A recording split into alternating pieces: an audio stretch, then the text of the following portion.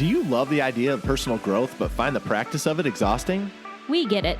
We're Brandon and Megan Giggling, growth coaches with a mission to put the personal back in personal growth.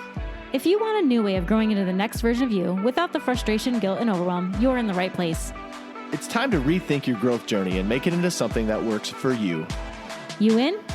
Welcome to Growth Reframed.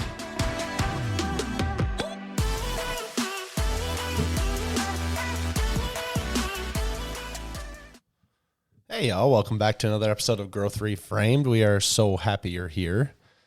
Today we are talking about what to do when you feel stuck. And I get it. I've been there a number of seasons in my life, and I guarantee I will be there again. But a lot of times you get stuck in a place where you feel like you don't know what to do, where you feel a little bit of low energy, like a little bit like you're just kind of waffling through life. You don't really know what step to take. It's almost like equally impossible to imagine continuing to do things the way they currently are, but then having no idea what to do at the same moment. It's like you can't stay where you are, but you can't envision where the future would be. And so today, if you find yourself stuck, we hope to break you out of that, or at least get you walking down a path where you can be moving forward and making some forward momentum in your life, because it's something that constantly happens. Like, we have different stages, we have different seasons, we have different things happening all the time. We have new challenges come that we don't even see coming. So you might have to be starting over. You might have to be changing careers. You might have to be having a new baby, or just exciting things that are happening, but they change how you have to address your life. And so we can't wait to dig into this today, because it's honestly an area that I've been in a lot in my life, in my short, almost 40 years. Who among us hasn't felt stuck a time or two, or 7 or 10?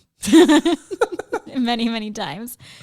But yeah, I think one of the most important parts about becoming unstuck is to figure out why you are stuck. And there's several reasons why you can get stuck. Of course, we're all in different stages of life. We're all doing different things. We're all experiencing different things in our mental health. But I know, at least for me, one of the most common things that gets me stuck, hinders me from being able to move forward, is failure, the fear of failure. It's not even that I'm necessarily going to fail. It's just that I think I could fail. And so I get nervous about it. And so I am afraid to move forward. I don't necessarily want to try to get unstuck, because I think that by trying and failing, I'm actually worse off than if I just didn't do anything at all. And so for me, one of the biggest reasons is just that fear that I might mess up, that it's not going to be what I think it should be. So then why even try? Yeah. And I know for you, it's the fear. And I fall into this sometimes too, even though this really isn't my personality, but the fear of perfectionism. Like, it can't be exactly what I want it to be. And so if it's not really what I want it to be, then why am I even going to start? Yeah. And can I really do it?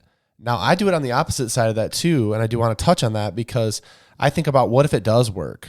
What if this is something that happens? There's a fear on the other side of it too, because I'm like, well, what will change? How will that change our life? How will that change our relationship? How will that change the time where I'm in certain places? And how will that change the connections I have? And what would happen if that all of a sudden happened? Because it's something new, so it feels entirely different. Yeah. I know the other thing that falls into your path when you feel stuck is the comparison game. Is you're looking at other people and you think everyone around you has it figured out and you don't. And I've been there a million times, and sometimes I still fall there. Sometimes, that voice in the back of your head. But everyone doesn't always have it all figured out. And even if they do, in that aspect, they don't in another. And so I always like to remind people that, because that can keep people stuck right where they are, because they're comparing to other people, and you're like, well, I can't do it at the level that person can, so why even start? Kind of like what you were saying, Mag, touching on there. But that piece of really discovering the root cause for why it's a problem, and then admitting you're stuck. And a lot of times you're like, no, I'm not stuck. I'm just like, I'm kind of in a divot right now. I'm weighing my options. I don't really know, but there's some light at the end of the tunnel. I don't really know. And you don't really want to identify. But the first step into moving past it is to identify, I am stuck. So once you've figured out that root cause, then the next thing that I find really helpful is seeking inspiration in other people and other things. I know I just talked about comparison being a bad thing, but it's not even a comparison thing. It's looking at people to inspire you. What are they doing? And what is it that specifically that they're doing that does inspire you? And then shine the light back on your life. And where can you implement those things and start doing those things and work that in so that you're not constantly letting the fear spiral you down into the valleys. Yeah. And if you're one of the people that does get kind of stuck on that comparison game, then I would encourage you to not seek inspiration from other people. Pretend like we didn't even just say that one, because there are so many sources of inspiration that don't need to be by watching somebody else do something or by copying something you've heard about or seen from somebody else. You can actually just nip that one in the bud right now and instead find your inspiration from other places. Read a book, take a class, go on a walk, like do anything that doesn't necessarily put another person's thing in your face so that you can find a little bit more natural inspiration too. It doesn't have to be like that. It doesn't have to be because you saw somebody do something, now you want to do something like that too. Mm-hmm. Yeah. And I think like the other piece too is just practicing self-compassion. Like we said, identifying the root cause for where you're at, seeking some inspiration, but then being compassionate with yourself to say, it's okay. It's okay that I'm struggling right now. Because guess what? If you're listening to this, that means you're actively trying to figure out how to get past that. That's awesome. You've taken the best first step you can of identifying the problem, and then you're going to work toward trying to figure out what to do. So you're taking a really good step, but ultimately understanding that everyone struggles. Everyone is stopped at some point. Everyone doesn't know. Like for me, I always talk about mine as like my midlife crisis. And then I'll probably end up having a midlife crisis. And then like they come in seasons and things happen. And like I said off the top, unexpected things happen. Things get in the way. There's a reason why you are where you are, but you don't have to stay there. Those reasons are great. Cool. You've identified them. Now move past them, but understand that it's normal to be where you're at. It's normal to feel stuck. Like I said, okay, cool. Your friend has the best job ever. Awesome. They might not have a great relationship like you do. I don't know. I don't know you or your life, but I can tell you that whenever I look at certain people like in our space, like I'm like, well, they're so much higher than me, and I'm doing the comparison game and I'm falling into that. But then you realize that they don't have a lot of the gifts that I have. They don't have a lot of the things that I have. And so really having a form of gratitude and then going back to that self-compassion piece of being there and lifting yourself up. A lot of times I heard recently, a lot of times you expect other people to lift you up, and you can't really expect other people to lift you up and have compassion on you if you don't have compassion on yourself and you're not lifting yourself up. A lot of times people model the behavior that you're putting out into the world. So like, what do you want? And so you need to be more compassionate to yourself and work through those things and understand you're not alone. And then comes the hard thing, actually taking the action to get unstuck. And this can come in so many forms in so many ways. And you might end up with a teeny tiny little step forward as your first action step, or you might take a huge leap forward. You could buy a Jeep. I guess I could. I don't know what's going to help me, but you have to do something. Eventually you have to try something.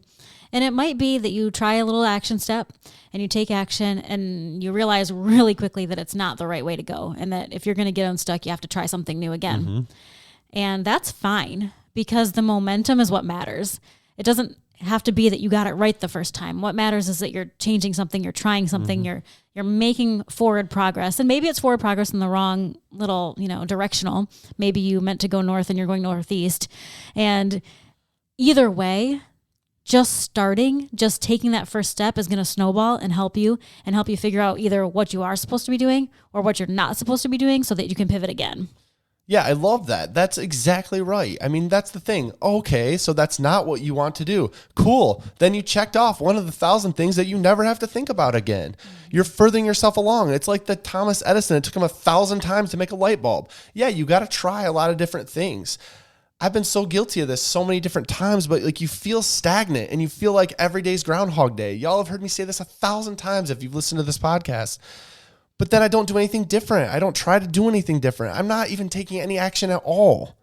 Like I can sit there and pray every day, God, help me figure out, give me this opportunity, give me this thing. And then I just wait for the doorbell to ring and someone to come in and give it to me. That's not how it works.